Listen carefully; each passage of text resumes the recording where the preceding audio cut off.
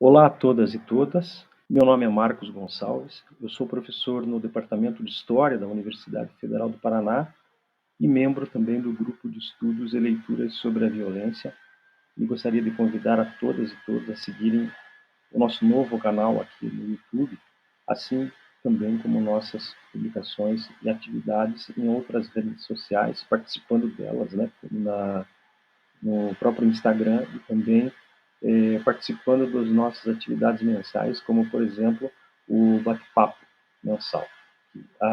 Todo mês traz um convidado ou uma convidada. Eu vim trazer para vocês aqui hoje uma breve fala sobre alguns interesses de pesquisa que têm tomado o meu tempo e os meus estudos nos últimos 3 anos, por exemplo, e que são as minhas pesquisas sobre um personagem bastante, que eu diga, trágico, complexo, um sobrevivente do genocídio da Segunda Guerra Mundial, austríaco, Jean Améry, nascido em 1912 na cidade de Viena e que morreu em 1978 também na Áustria, na cidade de Salzburg.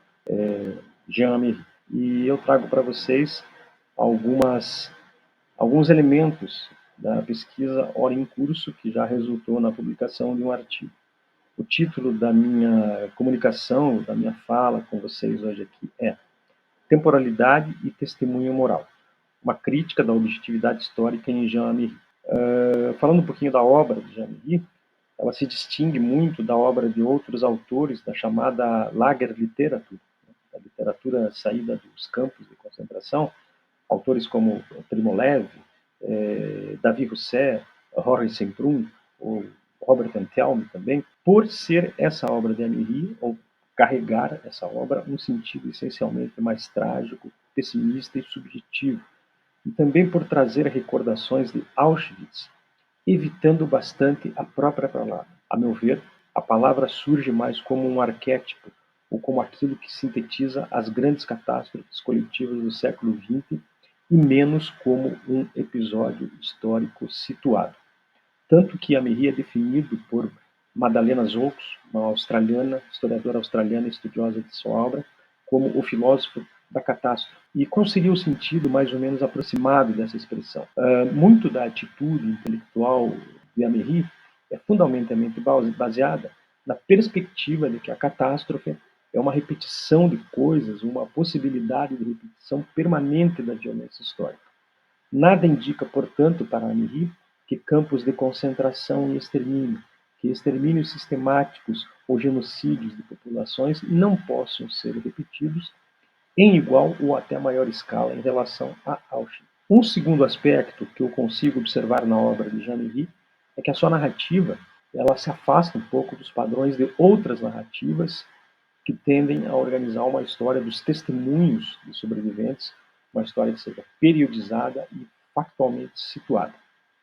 Um grande escritor alemão e também estudioso da obra de Jean Améry, William Sebald, observou recentemente, num livro recentemente publicado, que na obra ensaística de Jean Améry, escrita ali entre 1966 até a sua morte em 78, abra aspas para Sebald, salta aos olhos a perspectiva quase exclusivamente autobiográfica e um conteúdo narrativo relativamente reduzido em cada um de seus trabalhos. E aqui, ao meu ver, nós já temos uma ambiguidade que é a seguinte. Em um ensaio publicado no ano de 1979, postumamente, portanto, e que leva o título de Depois de 5.000 artigos, como me tornei escritor, Améry começa afirmando, abre aspas, é um fato amplamente conhecido e quase trivial que todo escrito, mesmo teórico, tem uma base autobiográfica, um substrato autobiográfico. É apenas uma questão do grau e da densidade do elemento biográfico que penetra na obra. Falar do meu próprio caso, diz Améry, é um tanto difícil para mim, pois devo mencionar muitas coisas que são bastante pessoais e poderiam facilmente ser mal interpretadas como um extra anedótico. O componente autobiográfico da presente peça, Améry se referindo a esse ensaio que estava escrevendo, é especialmente grande. Mais precisamente, devo relatar uma vida pessoal e intelectual que se tornou um ensaio contemplativo. Então, como hipótese, parece-me que essa expressão última, ensaio contemplativo, resumiria um pouco essa espécie de relativo desinteresse em Amiri organizar uma história da sua experiência que fosse metodicamente cronológica, tal como nós também podemos ver na obra dos outros autores que são sobreviventes e testemunhas. Dito isso, a partir de meados da década de 1960, ou até antes, eu diria, né? Ou seja, mas a partir, de modo mais enfático, do momento em que o Amiri publica seu primeiro testemunho, que é 1966, está em curso em muitas comunidades intelectuais, em muitas comunidades nacionais, e na Alemanha Federal, sobretudo, um debate que já vai bem acirrado, que é a questão ou o problema dos crimes do nazismo, frente a uma onda coletiva que defende prescrições, indultos, anistias, reduções de penas, perdões individuais aos criminosos de guerra, que passaram a ser julgados logo após o processo de Nuremberg, ali mais ou menos entre 1947 a 1963. Esse ano de 1963 ele é emblemático porque é quando começa a ocorrer o escandaloso, né, processo de Auschwitz na cidade de Frankfurt. E o Amiri será, naquele momento, o intelectual que encabeçará críticas a essa tentativa de empurrar cada vez mais para o passado e para o esquecimento esses crimes. Também vai ser um crítico quanto à ausência quase completa de uma discussão pública sobre a necessidade de uma constante reflexão em torno da memorialização desse processo histórico. Então, para vocês terem uma ideia, tanto da amplitude quanto da atualidade desse debate, não só na Alemanha, mas também na cultura acadêmica de língua francesa e na cultura acadêmica de língua inglesa, no ano de 2013, dois historiadores alemães, Manfred Gortmacher e Christoph Safferling, elaboraram um dossiê, o chamado dossiê Rosenburg. Esse dossiê Rosenburg, ele meio que configura assim, uma espécie de comissão da verdade sobre o sistema judiciário alemão de pós-guerra. Então, após uma extensa investigação que foi desenvolvida nos arquivos do antigo Ministério Federal da Justiça da Alemanha, e cuja documentação tem como ponto de partida o ano de 1945 e vai até 1973, foi constatado o seguinte, que as carreiras do judiciário alemão, citando esses dois historiadores, continuaram como se a ruptura ou a cesura de 1945 nunca tivesse acontecido. Os funcionários foram substituídos e recomendados a outros. A moralidade e a ética, a conexão entre culpa e responsabilidade, que eram, de acordo com sua própria reivindicação, componentes indissolúveis da autoimagem jurídica, de repente pareciam ser irrelevantes. Assim sendo, a suposta amnésia coletiva tornou-se cada vez mais difícil de ser mantida na década de 1960. A memória voltou com força por meio de impulsos externos e também por meio de uma visão cada vez mais crítica dentro do país. O sistema judiciário foi particularmente afetado por isso. E é assim que Amiri e outros poucos intelectuais críticos ingressam nesse debate. Lembrando também que, além do sistema judiciário, outras instâncias da governança pública na Alemanha Federal foram afetadas pela presença constante de nazistas nesse sistema. A educação, por exemplo, foi um desses exemplos. Isso significa dizer que o passado nazista ele permaneceu no presente da República Federal da Alemanha com essa influência predominante e as intervenções de notórios funcionários fiéis ao regime criminoso destruído no final da Segunda Guerra.